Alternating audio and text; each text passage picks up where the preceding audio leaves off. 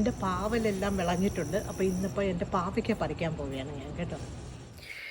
ഞാനേ കുറച്ച് ദിവസമായിട്ട് പാവലിൻ്റെ വിളവെടുക്കണമെന്ന് പറഞ്ഞ് ഇങ്ങനെ നോക്കിയിരിക്കുമായിരുന്നു. പക്ഷേ എന്ത് പറ്റിയെന്ന് എനിക്കറിയില്ല. 2 ദിവസമായിട്ട് എൻ്റെ കണ്ണങ്ങോട്ട് പോയില്ല കേട്ടോ.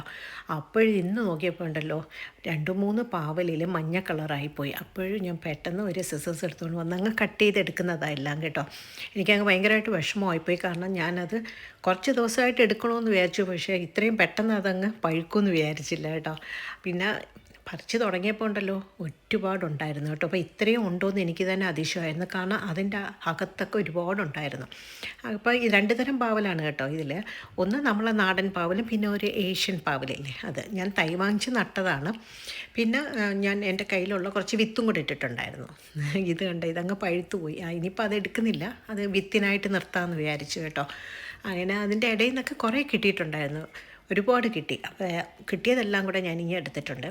പിന്നെ അതേപോലെ തന്നെ പിന്നെ നിങ്ങൾ അതിൻ്റെ ഇല ശ്രദ്ധിച്ച് കാണുമല്ലോ, പിന്നെ മഞ്ഞ കളർ അടിച്ചിട്ടുണ്ട്. കാരണം എന്താണെന്ന് വെച്ചാൽ ഇവിടെ ഓൾറെഡി തണുപ്പ് തുടങ്ങി കേട്ടോ.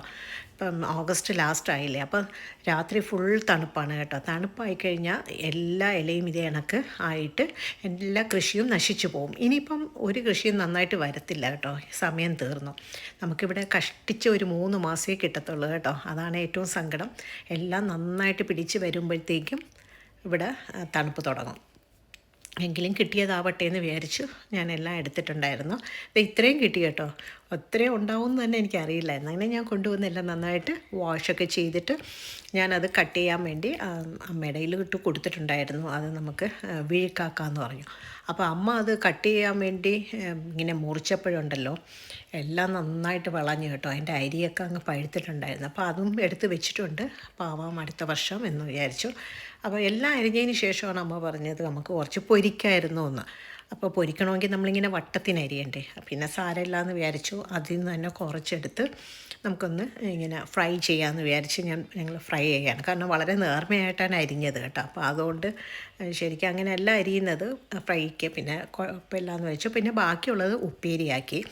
ഉപ്പേരി എന്ന് വെച്ചാൽ നമ്മൾ വിഴുക്കെന്ന് പറയും, ചില ആൾക്കാർ ഉപ്പേരി എന്ന് പറയും. എന്തായാലും സൂപ്പറായിരുന്നു. നമ്മുടെ വീട്ടിൽ തന്നെ നമ്മൾ നട്ട് വളർത്തിയ പാവലല്ലായിരുന്നു. സൂപ്പർ ടേസ്റ്റായിരുന്നു കേട്ടോ. അങ്ങനെ ഉച്ചക്കലത്തെ ഊണ് ഗംഭീരമായിരുന്നു കേട്ടോ ഇത് കൂട്ടിയുള്ള.